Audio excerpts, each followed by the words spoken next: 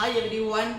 So இன்னைக்கு நம்ம பார்க்க போகிறது ஃபிசிக்ஸ் 12ல ஒரு முக்கியமான லான்னு சொல்லலாம். அதுதான் காஸ் லா. இந்த காஸ் லா என்ன சொல்லுது? Mathematical expression, basics and derivation, அதுதான் இந்த வீடியோ நம்ம பார்க்க போகிறோம். ஸோ மறக்காமல் இந்த வீடியோ ஸ்கிப் பண்ணாமல் பாருங்கள். தேங்க்யூ. ஸோ காஸ் லா ஃபஸ்ட் என்ன சொல்லுது? நான் ஸ்டேட்மெண்ட் பார்த்துக்கலாம். The flux of electric field through any closed surface S is 1 by epsilon naught times the total charge enclosed by S. Okay. இந்த law என்ன தெரியுது? First, flux of electric field. அப்போ flux முக்கியமான point. Flux of electric field through any closed surface S. So இது என்ன தெரியுது? Gauss law is only applicable to closed surface and not open surface.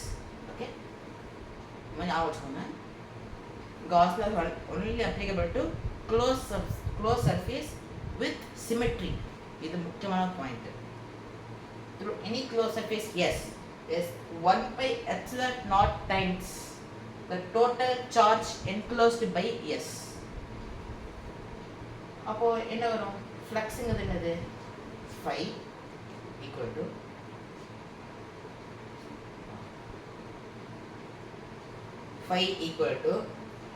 இங்கே சொன்னேன் 1 by epsilon naught.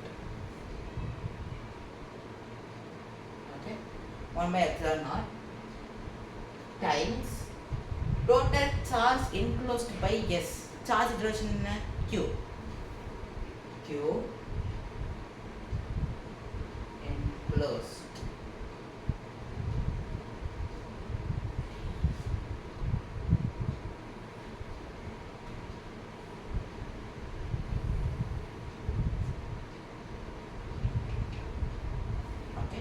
So இதுதான் Gauss lawக்கான mathematical expression. இதான் லா repeat பண்றேன்.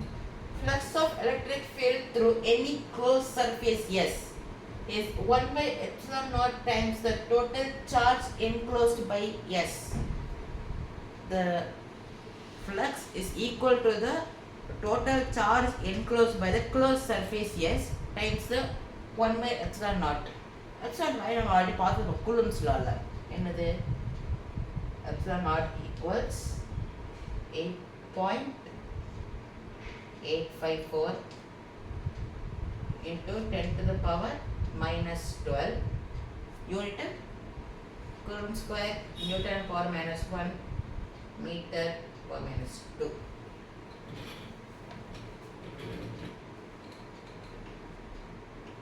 இதுதான் epsilon naught-க்கான value. Okay, இது நமக்கு தெரியும். இந்த ஃபார்முலா வந்து Gauss lawக்கான formula. Okay, hope you understood.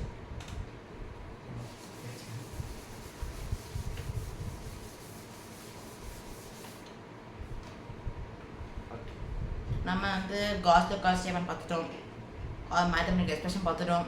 இப்போ நம்ம பார்க்க போகிறது Gauss lawக்கான பேசிக்ஸ். அதை பார்த்துட்டு டெரிவேஷன் போகலாம். Let us imagine a sphere.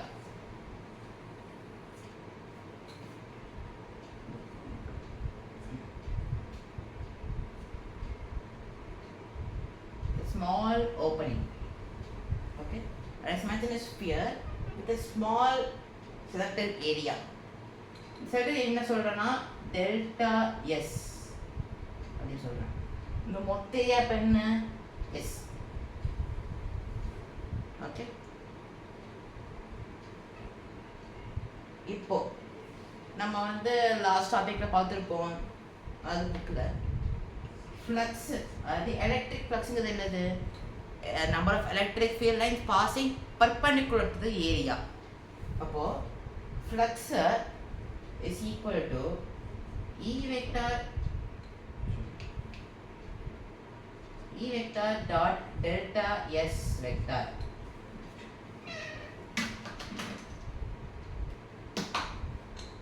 Okay, delta S vector. Yeah, cross product வந்துங்க, cross product. So இது ஒரு சின்ன எக்ஸாம்பிள் தரேன். ஒரு ஒரு விண்டோ இருக்குன்னு வச்சுக்கோங்க. it considers a window. இது கேஸ் 1 வச்சுக்கோங்க. First case. இப்போ இந்த மொத்த விண்டோவோட சர்ஃபேஸ் ஏரியா என்ன இருக்கும்? எஸ். ஓகே, மொத்த window surface area is yes. Let me select a small area of the window. Okay, I'm selecting a small area of the window, and இது area என்ன? இங்க இது delta s. Okay,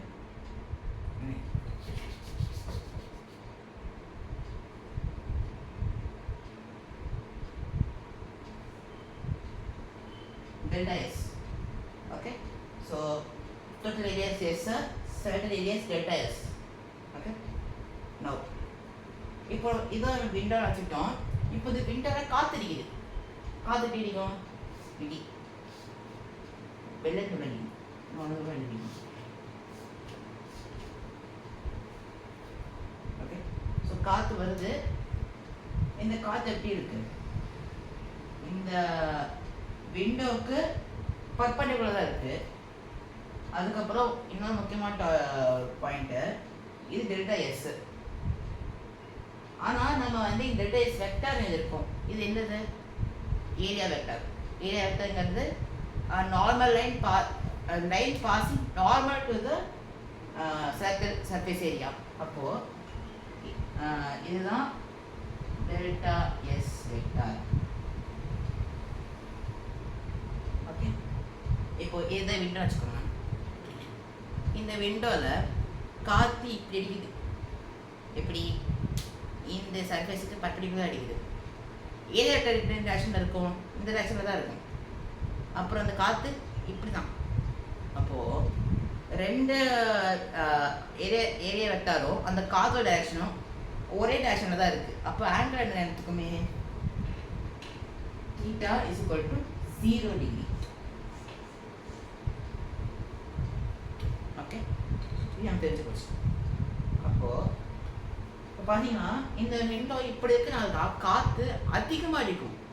ஓகே, காற்று அதிகமாக அடிக்குது. அதாவது when the angle between the area vector and the electric field, அதாவது electricity பற்றி சொல்கிறேன்,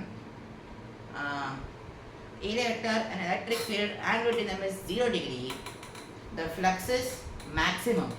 அப்போது இதை எக்ஸ்பேண்ட் பண்ண என்ன வரும்? இங்கே எழுதுங்க. phi is equal to, இதை எக்ஸ்பேண்ட் பண்ணி இங்கே எழுதுகிறேன், E delta S cos theta. cos theta வருது இங்கே. ஸோ இந்த தீட்டாவில் 0 சப்ஸ்டிட் பண்ணோம்னா cos 0ங்கிறது என்னது? 1. அப்போது phi max is equal to E delta S. This is only possible in which condition? When theta is equal to 0. Suppose here window இப்படி இருக்கு. Okay, window இப்படி இருக்கு, காற்று இப்படி அடிக்குது. இப்போது நான் இங்கே ஷேப் பண்ணியிருக்கேன் ஸ்கேலில். இந்த ஷேப் பண்ணதான் நான் செலக்ட் பண்ண ஏரியா. காற்று இப்படி அடிக்குது. ஏதாச்சும் காற்று உள்ளே வருமா? அதாவது லைக் இந்த ஏரியா விட்டு ஓப்பனில் இருக்குது, காற்று உள்ளே வரும்? அவ்வளோ வராது. இதை கம்பேர் பண்ணுற அளவுக்கு இது வந்து அவ்வளோ வராது. அப்போது இதுக்கு இந்த சர்ஃபேஸ் ஏரியாவுக்கு ஏரியா வெக்டர் என்னது? இது ஏரியா, இது பர்பெண்டிகுலர் ஏரியா வெக்டர். அப்போது இது கீழே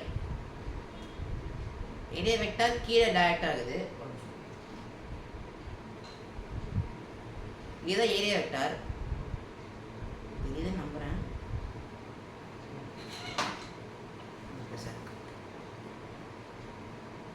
இதுதான் ஏரியா வெக்டர் டைரக்ஷனு. இதை விண்டோ என்று இமேஜின் பண்ணிப்பாங்க. இது ஏரியா வெக்டர் டைரக்ஷன், இது electric field direction according to electricity.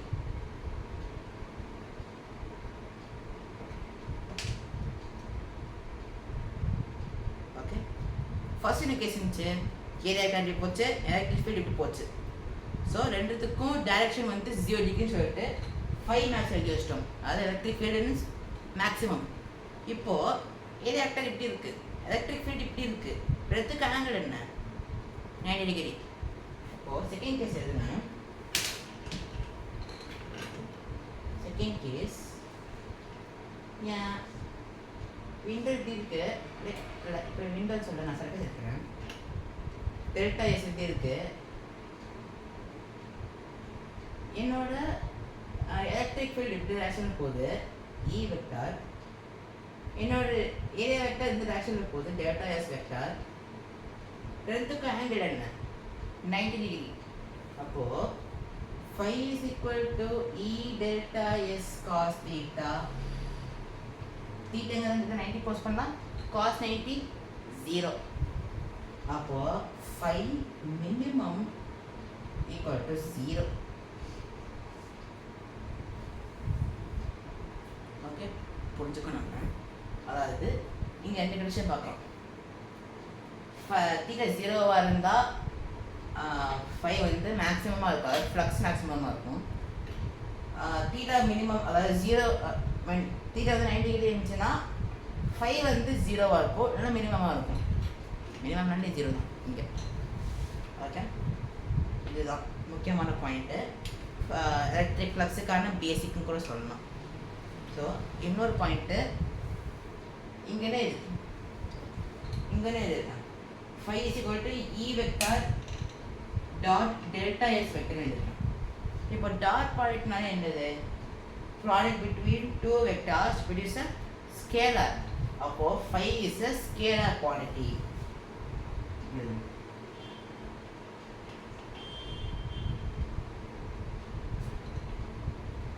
phi is a scalar quantity.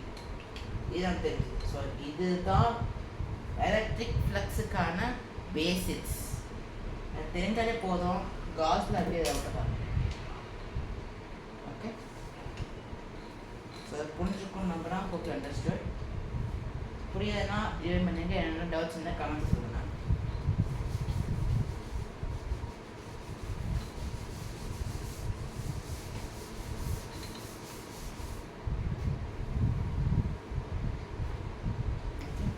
So இப்போ நம்ம பார்த்த வரைக்கும் என்னென்னா காஸோட ஸ்டேட்மெண்ட்டு, காஸோட மேத்தமெட்டிக்கல் எக்ஸ்பிரஷன், எலக்ட்ரிக் ஃப்ளக்ஸுக்கான பேசிக்ஸ், அதான் காஸ்லேருந்து வரப்போகுது. ஆனால் நீங்கள் ரிவைன் பண்ணி பார்த்தேன். ஸோ ஃப்ளக்ஸில் நம்ம என்ன கற்றுக்கிட்டோம்னா, theta is equal to 0, flux is maximum.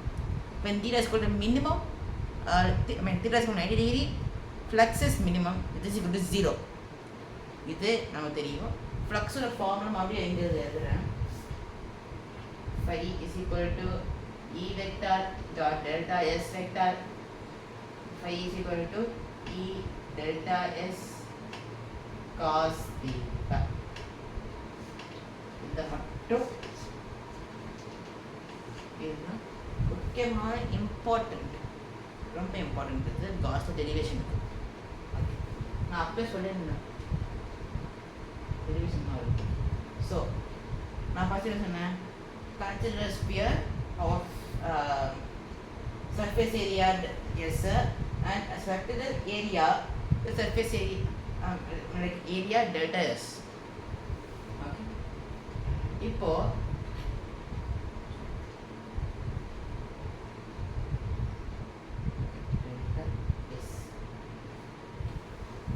டாட்ல என்ன போட்டேன்னா லைக் ஏரியா வெக்டருக்கும் இந்த டெபிக்ஷன் லைனுக்கும் கொஞ்சம் டிஃப்ரென்ஸ் என்னன்னா டாட் லைனில் போட்டேன். ஸோ இந்த பர்டிகுலர் டெல்டா எஸ் ஏரியாவுக்கு ஏரியா வெக்டர் எப்படி இருக்கும், நார்மல் டு திஸ் ஏரியா அப்படின்னா,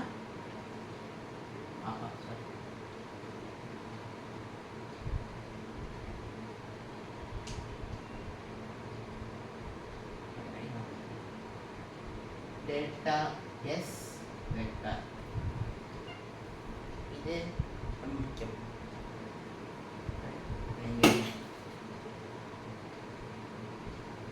Now இப்போ நம்ம பார்க்க போகிறது காஸ் லாவோட derivation. Now we consider a sphere of surface layers. We took a small area of either delta S, and we took the area vector for delta S to be delta S vector. Now consider a charge of 2 coulombs. சாதாரண Q இல்லை plus Q. சும்மா ஒரு நேரம் plus தான் இருக்கும், ஆனால் plus Q கொஞ்சம் information இருக்கும். ஸோ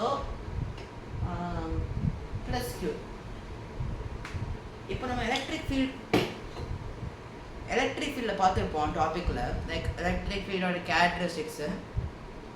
ஒரு சார்ஜ் பாசிட்டிவாக இருந்துச்சுன்னா அதோட எலக்ட்ரிக் ஃபீல்டு எப்படி இருக்கும்? Radially outwards. ஸோ இது பாசிட்டிவ் சார்ஜா? இதோட எலக்ட்ரிக் ஃபீல்டு எப்படி ரியாக்ட் ஆகும்? இப்படி இப்படி இப்படி இப்படி இப்படி அப்படி போயிட்டே இருக்கும்.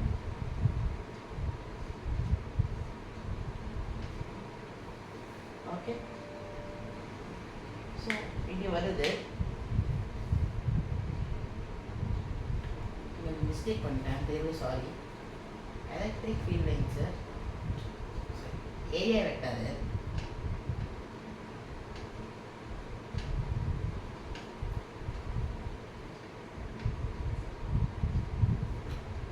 ஸோ இதான் ஏரியா வெக்டாரு. இதான் சென்டர் ஆஃப் த ஸ்பியர்னு வச்சுக்கோங்க. அப்போ நான் இப்படி வரைகிறேன் ஒரு டாட்டர் லைனு. இங்கே தான் இன்னொரு டாட்டர்.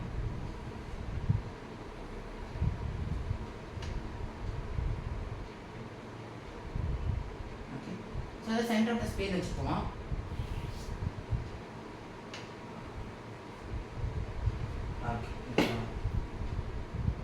சென்டர் ஆஃப் த ஸ்பியரை நான் இப்படி வரைகிறேன், ஒரு கோர் மாதிரி ஃபார்ம் பண்ணுறேன். இந்த கோர் மாதிரி வச்சுட்டு then delta S. Okay, delta S. இப்போ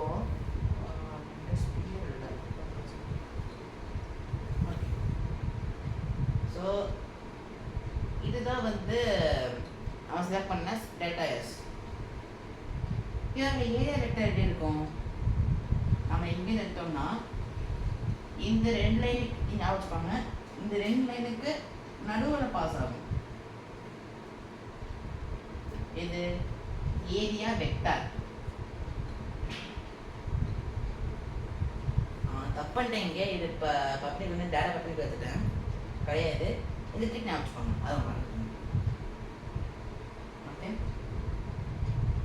ஸோ செலக்டட் ஏரியா ஒரு சர்க்கிளில் draw 2 imaginary lines, dotted lines, and then ஒரு லைனை இது 2 லைனுக்கு நடுவில் வரைங்க. அதுதான் இந்த பர்டிகுலர் ஏரியாக்கான ஏரியா வெக்டர். ஓகே, புரிஞ்சிருக்கும். மற்றபடி like charge Q plus Q, then electric fields radiating outwards, இப்படி இப்படி இப்படி. இந்த இன்டராக்ஷன் தேவையில்லை, நமக்கு தேவையான ஒரே direction. the electric field passing through the selected area எப்படி போகும்? இதுக்கு மேலே ஓவர்லாப் ஆகி போகும். அந்த extra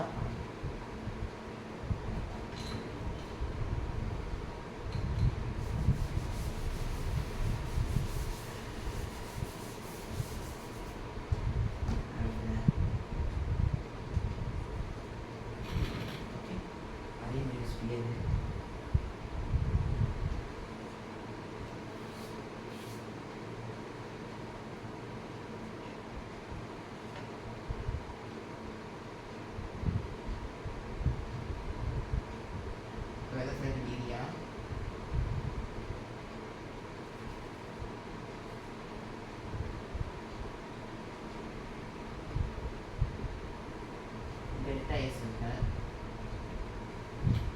Okay, the charge Q. இந்த சார்ஜ் எலக்ட்ரிக் ஃபீல்டும் இது டைரக்ஷன் தான் போகும், ரேடியேட்டிங் அவுட்வர்ட்ஸ். நான் ஓலை பண்ணல, ஆனால் அதை டிஃப்ரென்ஸ் தெரிஞ்சுட்டாங்க பண்ணுறாங்க. ஸோ 2 பாஸ் ஆகுது. ஒன்றா தான் கவனிச்சிங்கன்னா 2 பேரலில் போகுது. மோஸ்ட்லி சொல்லணும்னா ஓவர்லாம் பார்க்க போகும். நான் வந்து கொஞ்சம் பேரலாக போட்டிருக்கேன், ஏன்னா டிஃபரன்ஸ் வேண்டியிருக்காரு. ஸோ இப்போ ரெண்டுத்துக்கும் ஆங்கிள் பார்த்தீங்கன்னா ஓ டேஷனில் போகுது. ஓகே, அப்போ என்ன அர்த்தம்? theta is equal to 0 degree in a sphere which has a charge plus q. அப்போ நான் ஃப்ளக்ஸ் இங்கே எழுதுறேன், E delta S cos theta. And one more thing,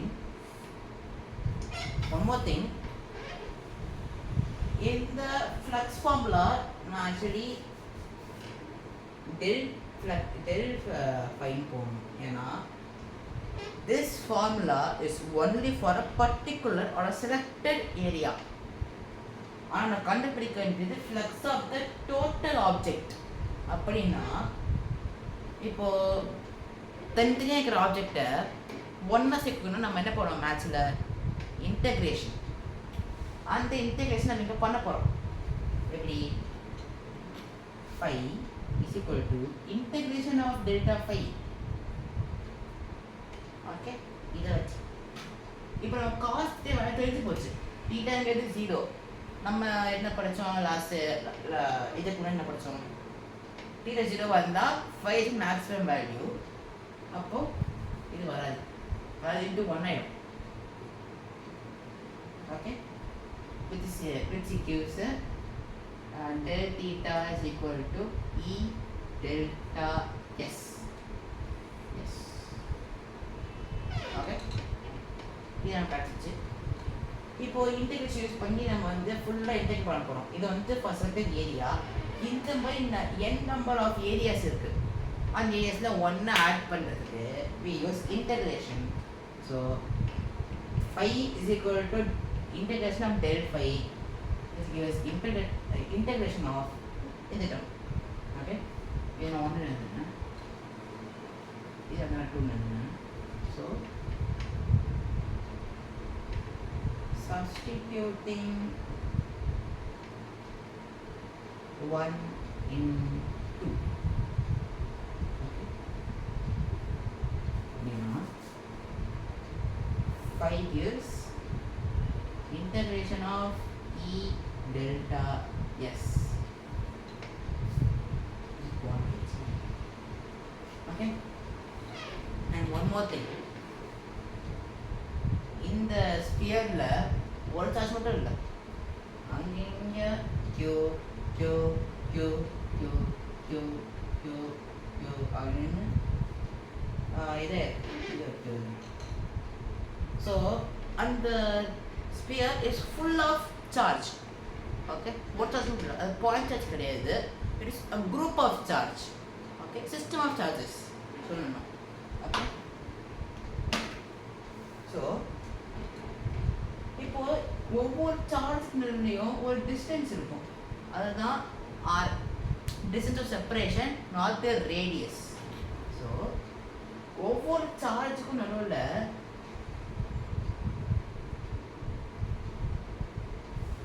separation distance இருக்கும், which is r, and that r is equal in the sphere. ஏன் equal? எப்படி equal? இப்போ ஏதோ ரெண்டு சார்ஜ் வந்து ரொம்ப டிஸ்டன்ஸ் இருக்கக்கூடாது, ரொம்ப கிட்டக்கு இருக்கக்கூடாது. சார்ஜ் டீஸ்டெபிலைசர் அந்த ஸ்பியரில். அப்படின்னா ஒவ்வொரு சார்ஜும் இன்னொரு சார்ஜ்லேருந்து ஈக்குவல் டிஸ்டன்ஸில் இருக்கணும், அதுதான் ஆர். ஸோ நான் கூடுதல் சால்வ் படிச்சிருப்போம்.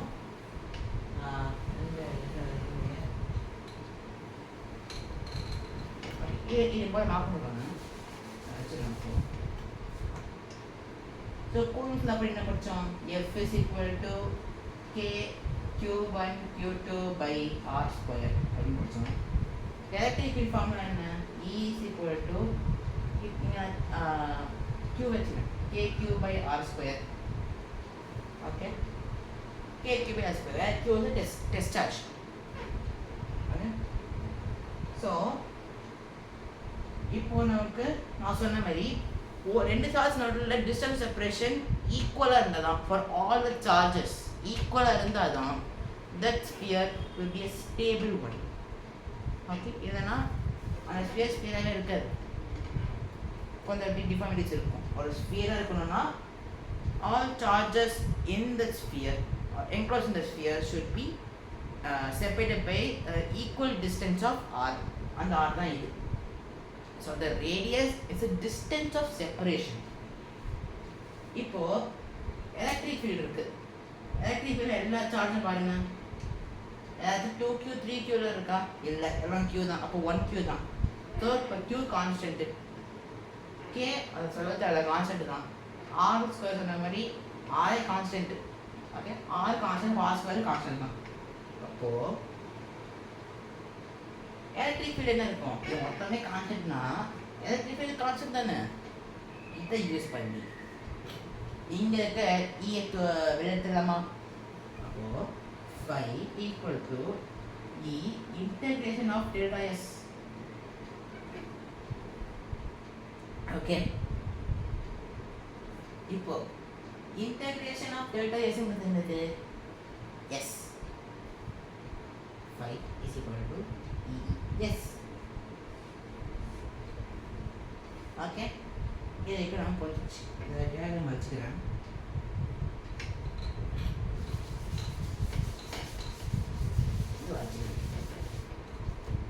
ஓகே, இதுக்கு நம்ம பண்ணோம். இப்போ எலக்ட்ரிக் ஃபார்முலா என்ன பார்த்தோம்? சாரி, எலக்ட்ரிக் ஃபார்முலா என்ன பார்த்தோம்? E is equal to kq by r square. Electric ஃபீல்டோட formula. Okay, surface of a sphere என்னது? S is equal to S is equal to 4 pi r square. இந்த ரெண்டு வேல்யூஸை இங்கே சப்ஸ்டியூட் பண்ணுறோம். இங்கே phi is equal to ESல, அப்போது phi is equal to kq by r square into 4 pi r square. நம்ம k value தெரியும், என்னது? q by r square into 1 by 4 pi epsilon naught. குழுசோல படிச்சிருப்போம். ஸோ இது ஞாபகம் வச்சுக்கோங்க. k is equal to 1 by 4 pi epsilon naught. இது value 9 into 10 to the power 9. Okay, unit newton metre square coulomb square inverse. Okay, into 4 pi r square. அடிக்கலாமா? 4 4 cancel, pi cancel, r square cancel. மீதி என்ன இருக்கு? phi is equal to q by epsilon naught. And this is the mathematical expression for Gauss law. அவ்வளோதான். So நமக்கு தெரிஞ்ச ஃப்ளக்ஸோட basics வச்சு, அது மட்டும் இல்லாமல் தெரிஞ்ச formula, Coulomb's law, electric field formula for K, and then integration, இதெல்லாம் வச்சு we can derive Gauss law ஓட மேத்தமெட்டிக்கல் ஈக்குவேஷன். ஓகே, இதை கவனிச்சிங்கன்னா இங்கே வந்து ஆர் இருக்காது, டிஸ்டன்ஸ் செப்பரேஷன் இருக்காது. So it means that flux in Gauss law, flux is independent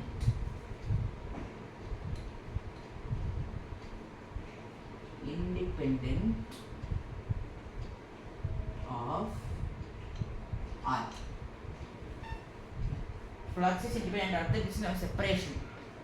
Okay, இதுதான் ஒரு முக்கியமான ஒரு பாயிண்ட். அதுக்கப்புறம் சில பாயிண்ட்ஸ் இருக்கு. The characteristics of important points for Gauss law. என்ன சொல்றாங்கன்னா, ஃபர்ஸ்ட் அண்ட் ஃபார்மோஸ்ட் காஸ் லாக்கு முக்கியமான ஒரு பாயிண்ட் என்னன்னா, ஒரு charge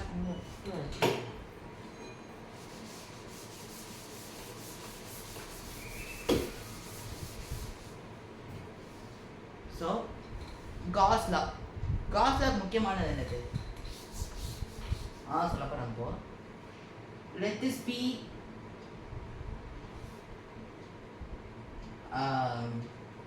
a log wire with positive charge. இப்போ இது வந்து ஃபைனைட் டிஸ்டன்ஸில் இருக்கு எல்லாம். ஓகே, இப்போ காஸ்ல மெஷர் பண்ணுறதுக்கு முக்கியமான ஒரு இமேஜினரி ஆப்ஜெக்ட் வேணும். அந்த இது பேர் தான் காஷியன் சர்ஃபேஸ். என்னது? Gaussian surface.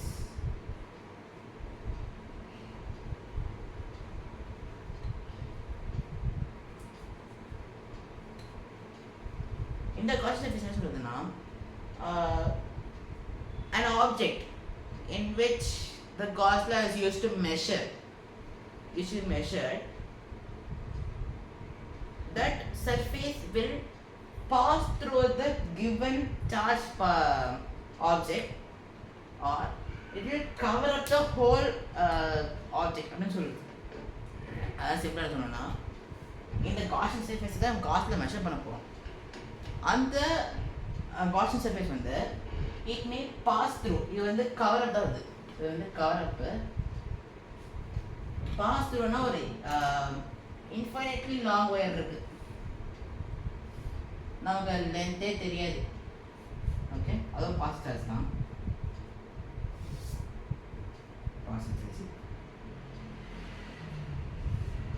பாஸ் சார்ஜ் இருக்கு.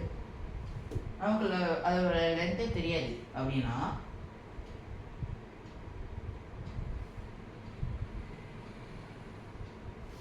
இதுதான் Gaussian surface. It will pass through the given object, given surface. இதுதான் காஸ் லாக்கான முக்கியமான பாயிண்ட், Gaussian surface. இது இல்லைன்னா காஸ்ல மெஷர் பண்ண முடியாது. இது ரொம்ப முக்கியம். Pass through, pass. Okay, so அவ்வளோதான் காஸ் லாவில். இதுக்கப்புறம் அப்ளிகேஷன் ஆஃப் காஸ் லா முக்கியமான ஒரு கொஷின்ஸ் வரலாம். அதில் மோஸ்ட்லி வரும் கொஷின்ஸு. ஸோ காஸ் லா இதுவே என்ன பார்த்தோம்னா, Gauss law statement, mathematical expression, ஃப்ளக்ஸாய்டு பேசிக்ஸ், அப்புறம் காஸ் லாவோட derivation and Gaussian surface. So இதெல்லாம் முக்கியமான ஒரு பாயிண்ட்டு. ஸோ இந்த வீடியோ ஸ்கிப் பண்ணாமல் பாருங்கள், உங்களுக்கு ரொம்ப ஹெல்ப்ஃபுல்லாக இருக்கும். ஸோ அவ்வளோதான் இந்த வீடியோவில். Thank you. Let's focus, let's learn, let's win. Thank you. So அடுத்த வீடியோ நான் மேபி அப்ளிகேஷன் ஆஃப் காஸ்ல போஸ்ட் பண்ணுறேன். ஸோ இதை ஃபஸ்ட்டு முடிச்சுட்டு அதுக்கப்புறம் அதை வந்து பார்க்கலாம். ஸோ அது வந்து ஃபஸ்ட்டு அப்படி இருக்குன்னா இன்ஃபினிட்லி லாங் ஒயர், அதுக்கப்புறம் இன்ஃபினிட்லி பிளேன் ஷீட்டு, அதுக்கப்புறம் spherical shell, inside shell and outside shell. ரொம்ப ஈஸியான டாபிக்ஸ் தான், ஈஸியாக முடிச்சிடலாம். Okay, so I try to cover physics and then பயாலஜிக்கு ட்ரை டு கவர் பண்ணுறேன், அதுக்கப்புறம் மேத்ஸ் பண்ணுறேன். ஸோ அவ்வளோதான் இந்த video. Thank you. Let's focus, let's learn, let's win. Thank you.